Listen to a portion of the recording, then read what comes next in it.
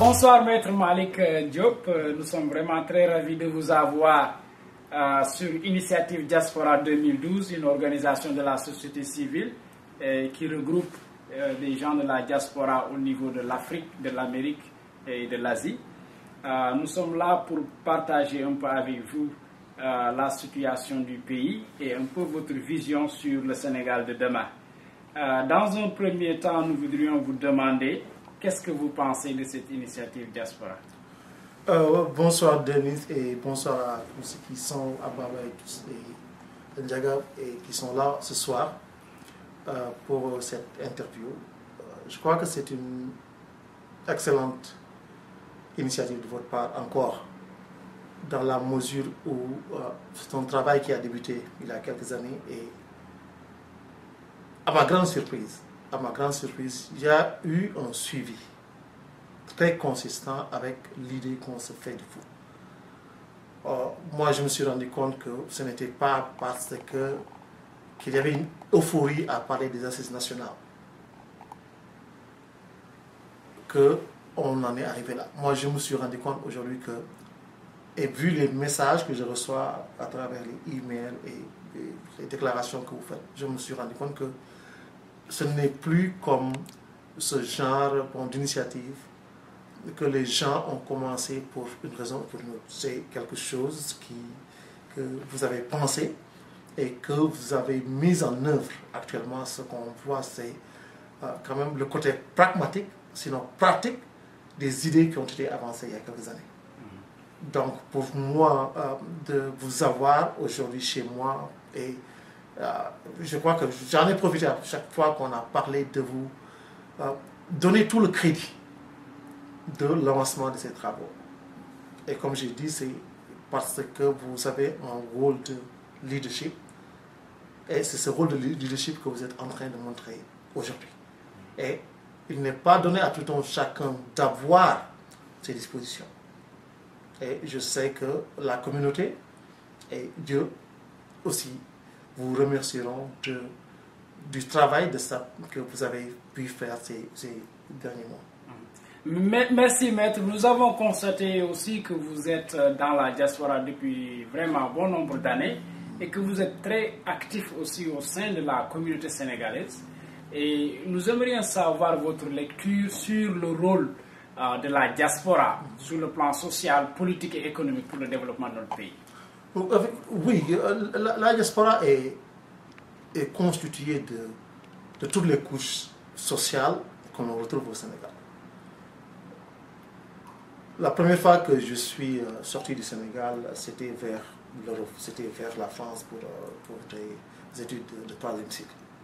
Et à ce niveau, ce que j'ai pu retrouver après la France, les États-Unis, c'est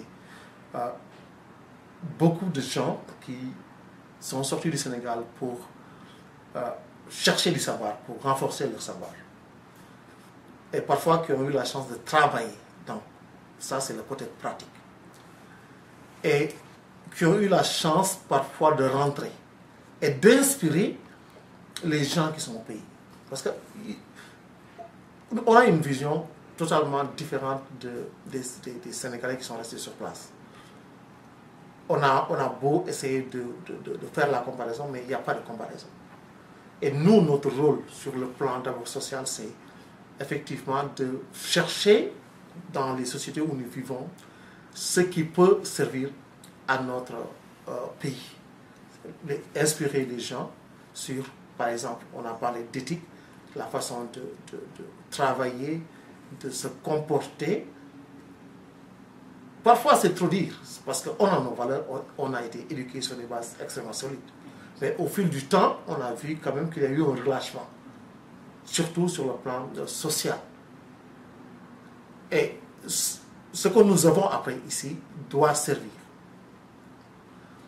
Il est tout à fait normal qu'il y ait parfois une sorte de choc de culture, bien qu'on soit de la même culture, mais parfois c'est une innovation inattendue, mais les gens ont compris qu'effectivement la façon dont nous travaillons ici, la façon dont nous gardons nos promesses ici, ce sont ces mêmes façons que doivent se répercuter sur le niveau de vie au Sénégal.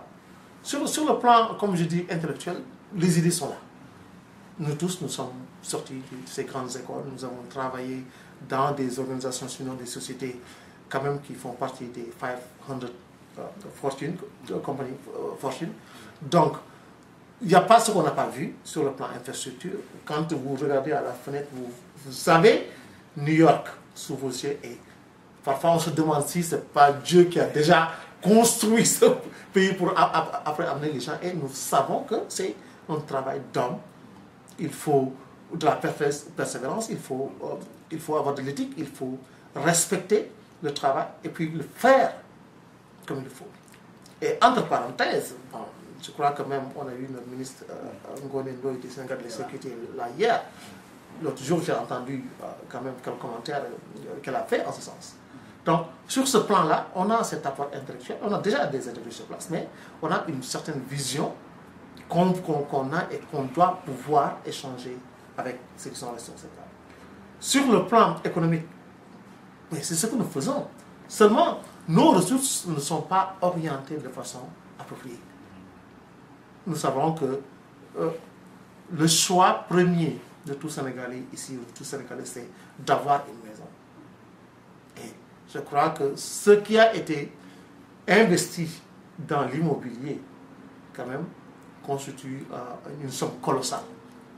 Et on se demande aussi si, par exemple, cet aspect, cet argent, cet investissement, si c'était pour la création, si c'était tourné vers la création d'entreprises qui auraient pu générer d'autres emplois, n'aurait pas pu mieux bénéficier le pays plutôt que d'avoir tous ces buildings, tous ces immeubles autour de Dakar. Mais en fin de compte, c'est comme si les gens sont en train d'être asphyxiés.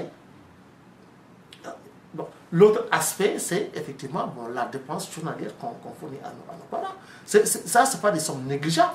Moi, je me pose la question de savoir si comme les autres nationalités, si on s'était gardé, si on avait gardé là, cet argent-là part de vers nous-mêmes, qu'est-ce qui ne serait pas passé au Sénégal en ce moment-là?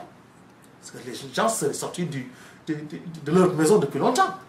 L'affaire ce qu'on a vu le 23 juin, ce serait passé bien avant cela.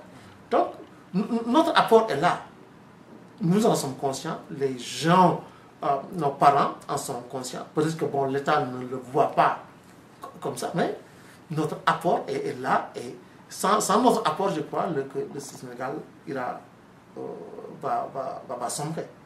Et notre rapport sur le plan politique? Notre rapport sur le plan politique aussi, c'est effectivement essayer de donner le reflet, de transposer, par exemple, le système qu'on voit dans ces pays, bon, chez nous. Il s'agit du gouvernement des hommes. Et par conséquent, quand on se rappelle des concepts comme quoi les Africains n'étaient pas prêts pour un multipartisme, je crois que ça, c'est un langage qui n'a plus de raison d'être. Actuellement, on doit être en mesure quand même d'avoir une démocratie comme la démocratie américaine. Pourquoi pas? Où est la différence?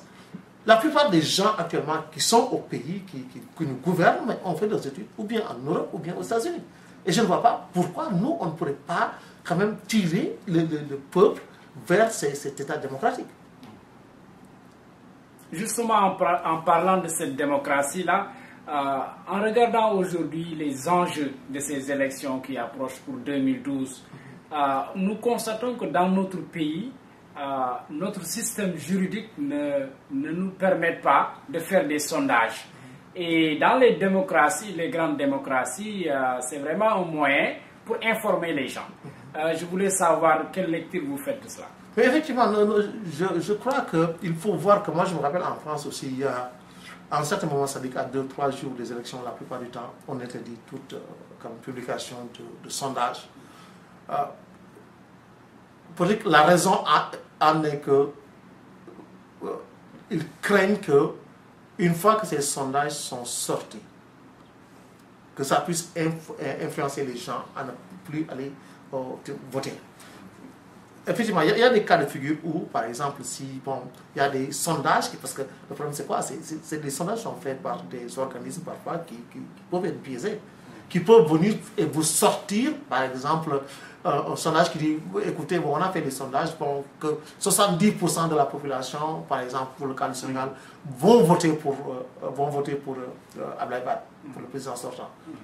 Déjà, un tel sondage va avoir un effet psychologique sur même les opposants, ou bien même sur les partisans du président. La preuve, pour quelqu'un qui se dit, écoutez, bon, mon candidat est loin derrière le président sortant, parce que le président sortant a 75% des voix, mais va certainement se dire, mais écoutez, au lieu d'aller perdre mon temps de faire la queue du matin au soir, vaut mieux que je reste à la maison, parce que mon vote ne va avoir aucune incidence sur les votes. Donc, je crois que ils veulent effectivement canaliser les votes, et ils savent aussi que les gens peuvent manipuler les sondages de façon très néfaste pour que les gens puissent aller voter comme il faut.